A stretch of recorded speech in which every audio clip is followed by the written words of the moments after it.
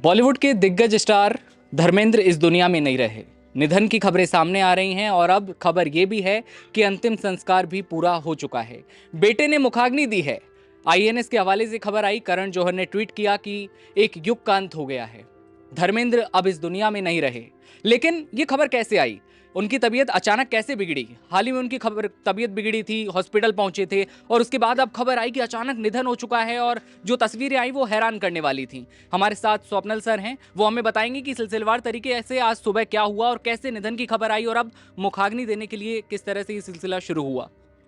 देखिए, सबसे पहले तो ये इस वक्त ये बहुत बड़ी एक ऐसी दुखद खबर है जिसका हम सब चाह रहे थे कि ये खबर हम तक ना पहुंचे कभी।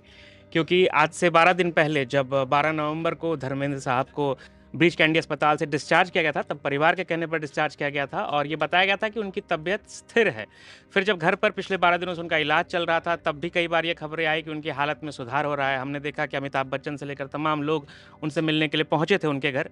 लेकिन आज सुबह 24 नवंबर की वो सुबह थी जब उनकी तबीयत अचानक बिगड़ गई और तकरीबन 12:30 बजे के आसपास उनके घर के बाहर एक एम्बुलेंस नज़र आई।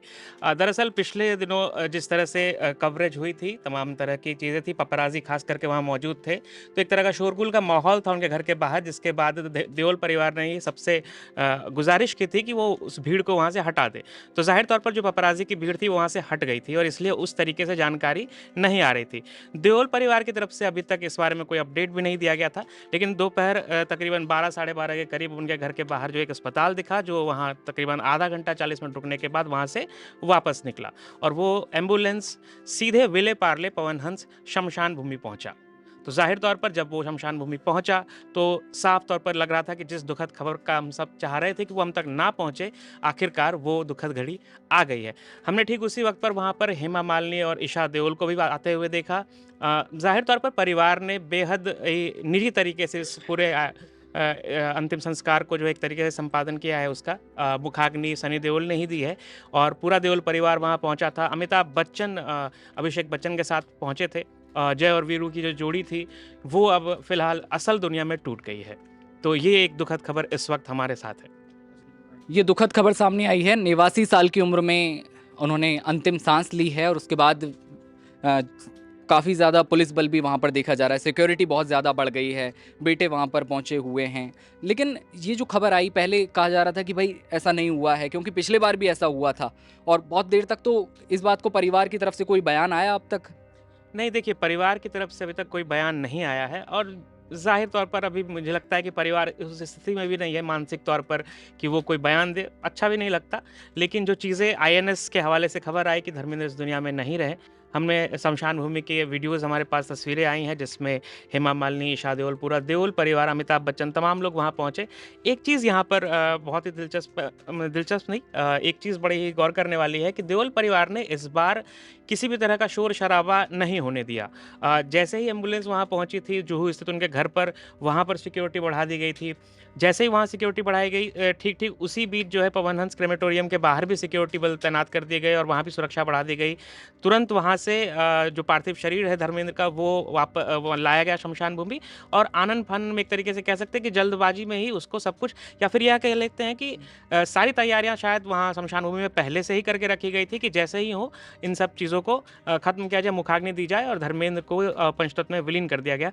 अ, ज़ाहिर तौर पर इसके पीछे एक ही मंशा रही होगी कि बहुत ज़्यादा शोर-शराबा नहीं हो। देओल परिवार ने पहले भी ये गुज़ारिश की थी, हमने सनी देओल का वो वीडियो देखा था जहाँ वो मीडिया जो सामने पपराज़ी थे उन पर गुस्सा हो रहे थे कि आप लोग इस तरीके से मत कीजिए, हमारी प्राइवेसी का सम्मान कीजिए। तो इसीलिए जो है इस तरह की चीज़ें हुई हैं और अच्छा भी है, मतलब एक तरीके से हम सबको दुःख है, हम सब एक गहरे सदमे में, इंडस्ट्री को इतना बड़ा झटका लगा है। करण जौहर ने तो यहाँ तक कहा है ना कि एक युग का अंत हो गया है धर्मेंद्र के जाने के बाद से। और ये देखिए, ये भी दिलचस्प है कि आज ही के दिन उनकी जो अपकमिंग फ़िल्म है दिसंबर में जो आनी है 21, उसका मोशन पोस्टर रिलीज़ हुआ है धर्मेंद्र के किरदार का और उसमें धर्मेंद्र का वॉइस नोट है जिसको सुनकर सुबह-सुबह जो है ऐसे ही एक बड़ा ही इमोशनल सा पल था जब आपको धर्मेंद्र की आवाज़ सुनाई देती, वो अपने किरदार के बारे में बता रहे थे और उसके ठीक कुछ ही मिनटों बाद ये खबर आई। तो ये सारा कुछ सुबह से लेकर कब तक के जो अपडेट्स हैं वो यही हैं इस बारे में। एक शानदार स्टार अभिनेता अब अनगिनत यादों के साथ हमारे बीच नहीं है। 89 साल की उम्र में धर्मेंद्र ने आखिरी सांस ली है। धर्मेंद्र अब इस दुनिया में नहीं रहे। तमाम तरह की जो खबरें पहले चली थीं उसके बाद अब धीरे धीरे इस बात की पुष्टि हो रही है। हालांकि परिवार की ओर से अभी तक कोई आधिकारिक बयान नहीं दिया गया है। थोड़ी देर पहले परिवार की ओर से, देओल परिवार की ओर से ये कहा गया कि जल्द ही बयान देंगे, लेकिन करण जौहर और आईएनएस की खबर के हवाले से हम ये बात भी कह रहे हैं कि भाई नहीं रहे हैं। जैसा कि सर ने बताया कि किस तरह से सुबह उनकी तबीयत अचानक खराब होती है, पुलिस बल अचानक पहुंचता है, बेटी ईशा साथ में हेमा मालिनी वहां पर पहुंचती हैं और उसके बाद एक युगकांत करण जौहर ने साफ तौर पर पोस्ट करके ये बात साफ तौर पर कही। लंबे समय से धर्मेंद्र बीमार चल रहे थे। हर इंसान धर्मेंद्र को अलग अलग तरीकों से याद करता है। कई सारे उनके एक्ट्स हैं, फिल्म हैं। आपको कौन सी फिल्म उनकी सबसे ज़्यादा पसंद है और आप किस तरह से धर्मेंद्र को याद करते हैं? और आज के दिन आप क्या कहेंगे धर्मेंद्र को लेकर? कमेंट सेक्शन में बताइएगा और बने रहिए नवभारत टाइम्स के साथ।